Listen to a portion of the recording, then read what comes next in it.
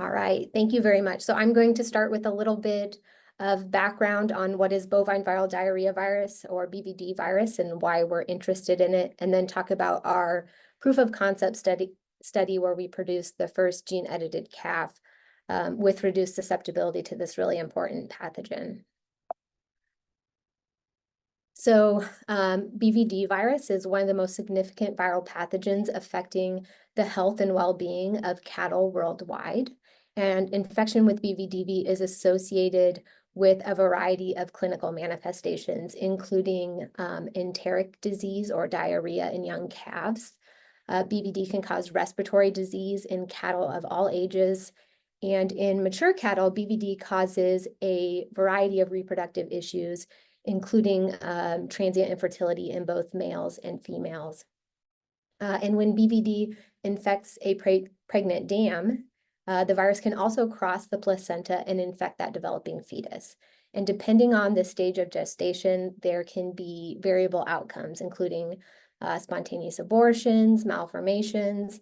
But actually, the worst outcome is when the virus infects the fetus during this kind of critical window I have highlighted here, between about 42 and 125 days gestation. So during this period, that fetus is susceptible to the establishment of a lifelong persistent infection. So these calves are born shedding just enormous amounts of virus into the environment, and they continue to do so throughout their entire life. So they never clear this viral infection. And because these animals can actually appear phenotypically normal, they can serve as a silent reservoir of the virus in the population, and they serve as the main source of transmission to other susceptible animals. And while we've had vaccines against BVD for more than 50 years, BVD just really remains a major pathogen globally. So one of the goals of our research group is to try to produce cattle with genetic resistance to this really important pathogen. And so our approach to doing this is to try to use CRISPR to target a critical interaction point between the virus and the host so that we can block infection and prevent disease. So for BVD virus, the infection cycle begins when the virus recognizes and binds to its cellular receptor CD46, which is expressed on the surface of susceptible cells. And from the literature, we actually know the exact amino acid residues within CD46 that are essential for interacting with the virus and mediating virus entry into the host cell. So I have those amino acids highlighted here in yellow and red. And we hypothesized that we could use recent advances in gene editing technology to make a really small and precise change where we change only those specific amino acids that are known to be essential for interacting with the virus. So that is essentially what I have shown here. So we used CRISPR-mediated homology-directed repair to make a small 18 base pair in-frame substitution in the endogenous CD46 gene, so that the product that's produced from this gene is still the full-length CD46 protein, but it has a 6 amino acid substitution, again, just right in that virus binding platform. So we had a twofold goal here. So one, obviously, we want to disrupt the ability of the virus to interact with its receptor to mediate infection.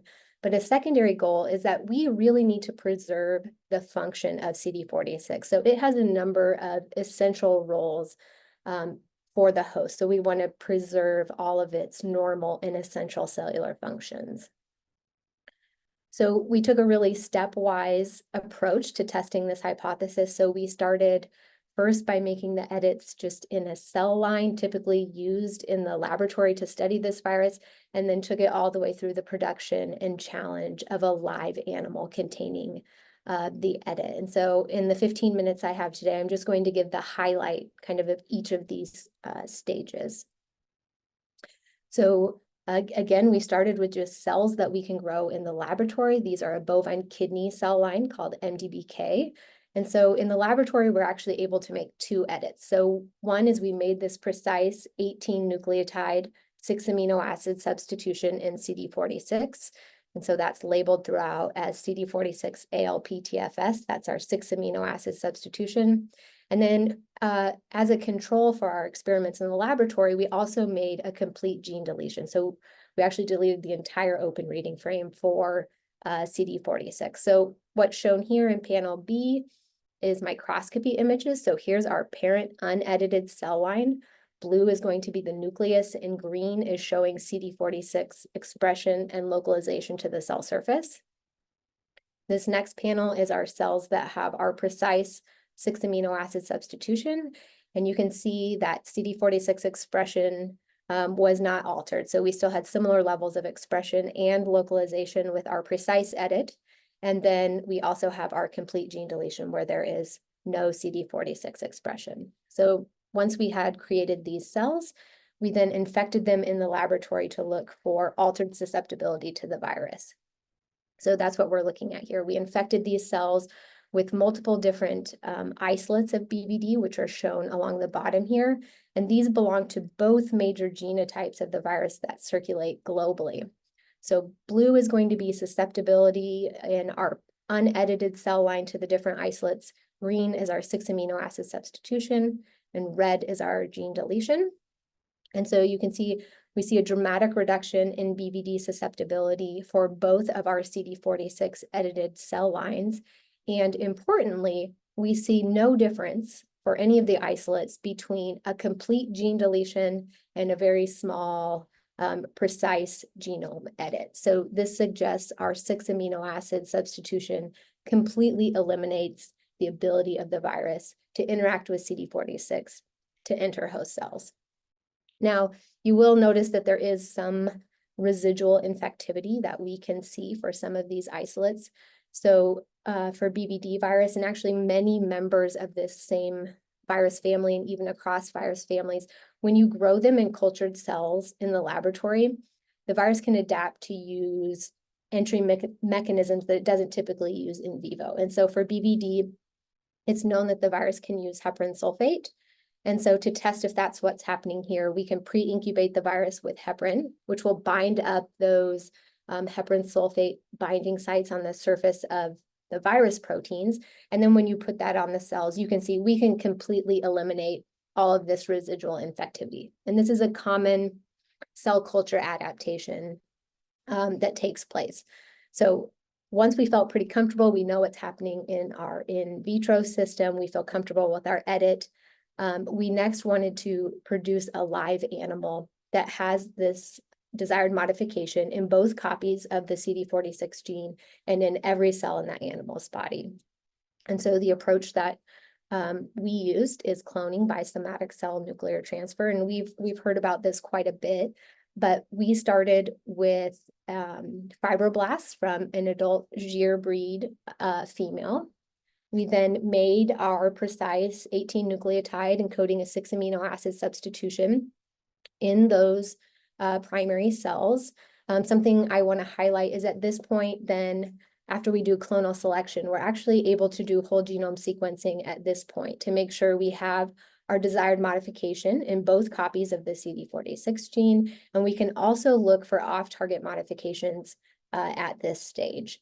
And then we can choose a clone that we're happy with that has our desired modifications without detecting off targets. And we can use that then for our cloning process where we collect oocytes from a donor female. The nucleus is removed from the egg. It gets fused with our modified fibroblast activation in vitro. And then these embryos are transferred into recipient dams to establish a pregnancy and allow gestation to continue. So we transferred 8 CD46 edited embryos into 8 recipient dams. And as a control, we also have unedited embryos that went into a second group of 8 recipient dams. And then we allowed those pregnancies to continue gestation.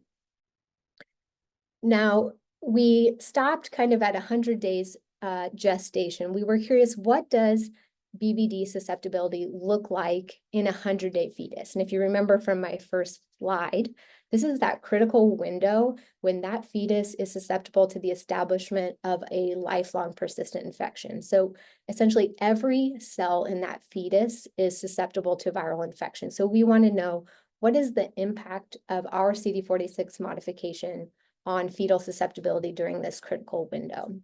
So we collected one CD46 edited fetus and one unedited control fetus, and established primary cell lines from as many different tissue types as we could.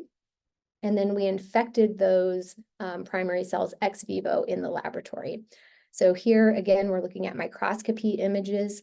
Across the top are the different tissue types that we looked at.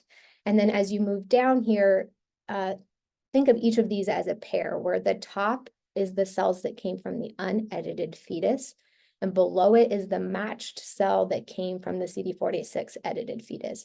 And now if this cell is fluorescing green, that means it's infected. So our antibody is now recognizing a viral protein. And so hopefully what you can see looking at this microscopy image is that regardless of the tissue type and regardless of the virus isolate that we infected with, we can see a dramatic reduction in BVD susceptibility. So this was really exciting. This is the first evidence we have that multiple tissues in a CD46 edited animal could be expected to have reduced susceptibility to this virus. So at this point, we allowed the remaining pregnancies to continue gestating. And in July of 2021, we had the birth of one live and healthy CD46 edited calf. We named her Ginger. Ginger is now 3 years old, and she has continued to thrive. So to date, we haven't detected any negative impact of this edit on her health or development. So one of the first things we wanted to do is test Ginger for altered susceptibility to the virus. And we started by just taking some relevant cell populations from Ginger, our edited calf, and an unedited control, and then infecting those ex vivo in the laboratory. So I'm just showing two of these cell types here. So we looked at a skin fibroblast and a lymphocyte, which is a white blood cell that we can isolate from a blood sample. Our unedited control and all the graphs are going to be in blue, and our CD46 edited calf, Ginger, is in green. And again, regardless of which cell type we're looking at and regardless of which virus isolate we're infecting with, we see a dramatic reduction in virus susceptibility in the cells from our live CD46 edited calf. So then when Ginger was 10 months old, we did an actual challenge study, and we chose to do a natural exposure challenge study. So Ginger was co-housed with the calf that was naturally and persistently infected with BVDV. And we chose this model of infection because this is the main route of transmission in nature. And as I mentioned, these persistently infected calves shed enormous amounts of virus. So more than we would typically give in a challenge study where you would just, give virus intranasally. So we're trying to mimic what happens in nature. And we took a lot of measurements, but essentially what it boils down to is our unedited control calf developed typical clinical signs of infection. And at the time that calf was displaying signs of infection, we could detect the presence of virus infecting her white blood cells for about 12 days after exposure to the persistently infected calf. Ginger, our CD46 edited calf, did not get sick. And when we look at her white blood cells, we can see they remain uninfected throughout the entire course of the study. So we believe that this edit could have a really big impact on control efforts. And I'll go through just summarize the two kind of pieces of evidence for that. So after an animal is exposed to BVD, the virus typically will first replicate in the upper respiratory tract. Then the virus will get into a lymph node. It'll infect the white blood cell populations, which then carry the virus in the blood to the distant organs like the gastrointestinal tract and the reproductive tract and to that developing fetus. And I just showed you when we looked in the blood of our CD46 edited calf, at no time could we detect infectious virus in her blood, which would have important control for the virus not spreading systemically. And then I told you we also looked at a 100-day fetus during this critical window of persistent infection development. And again, we saw a dramatic reduction in susceptibility in that fetus as well. So if we can prevent the production, the development of these persistent infections, then that offers a real opportunity to control this virus. So with that, this was definitely a team effort with our industry partners and our university collaborators. I thank you very much for having me, and I'll be happy to try to answer your questions.